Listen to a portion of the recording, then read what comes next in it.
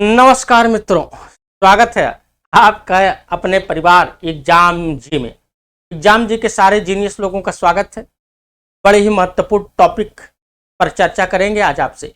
MDG report, millennium development goal, सहस्त्राब्दी विकास लक्ष्य। सन 1972 का स्टॉकहोम सम्मेलन में चर्चाएं प्रारंभ हो चुकी।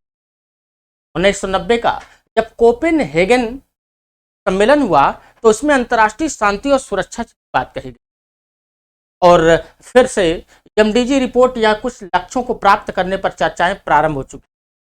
सन 2000 में एमडीजी रिपोर्ट को रखा गया और सन 2001 में इसके लिए रोड मैप बनाया गया। सन 2015 तक कुल मिलाकर के 8 लक्ष्यों की प्राप्ति करने का लक्ष्य रखा गया।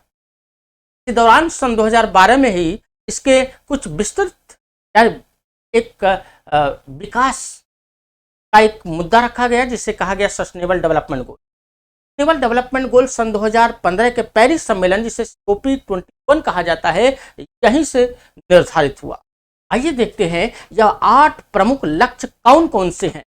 पहला लक्ष्य डियर, एमडीजी रिपोर्ट का पहला लक्ष्य है अत्यधिक गरीबी व भूखमरी को मिटाना। इसके लिए अंतर्राष्ट्रीय स्तर पर सभी देशों के द्वारा प्रयास किया जाना अत्यधिक आवश्यक है।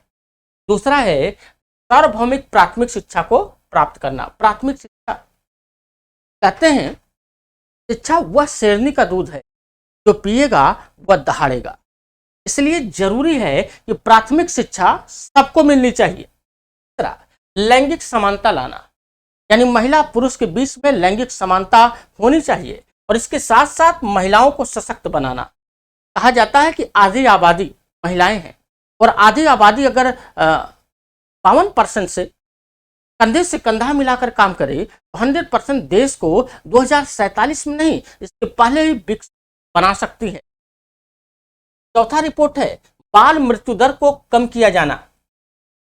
पांचवा, मातृ स्वास्थ्य में सुधार लिया जाना, यानी जच्चा बच्चा की सुरक्षा। जच्चा बच्चा की सुरक्षा आपको एक नया आयाम देगी।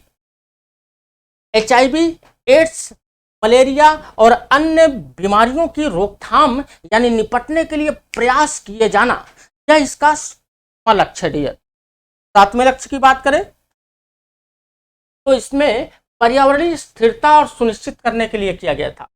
पर्यावरणीय, जिसके लिए सस्टेनेबल डेवलपमेंट बताया गया।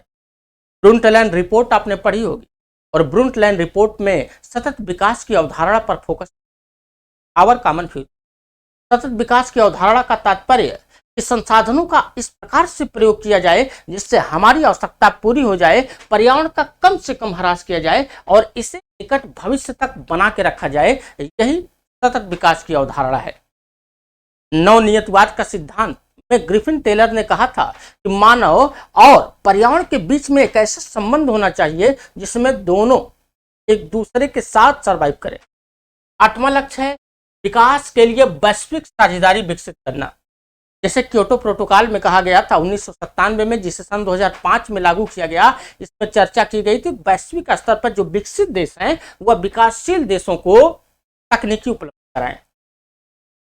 के लिए कार्बन क्रेडिट का एक नया कॉन्सेप्ट आया था, है ना। तो कुल मिलाकर के 8 लक्ष्य हैं और यह 8 लक्ष्यों में से बार बार आप क्वेश्चन पूछा है। देखिए 3 चीजों पर आपको विकसित फोकस करना है, एमडीजी रिपोर्ट, एसडीजी रिपोर्ट और आईची लक्ष्य। आईची लक्ष्य अगली क्लास में फिर आपसे चर्चा करेंगे। उसके बाद एसडीजी रिपोर्ट पर भी चर्चा करेंगे।